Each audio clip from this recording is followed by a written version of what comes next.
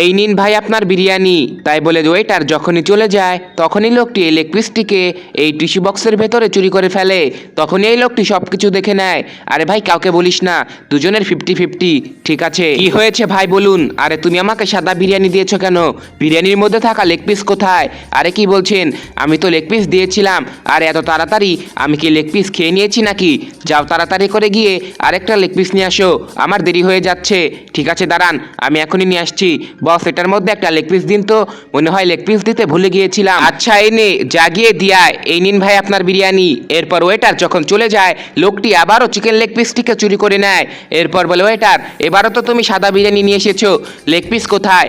আরে আজকে আমার সঙ্গে এসব কি হচ্ছে?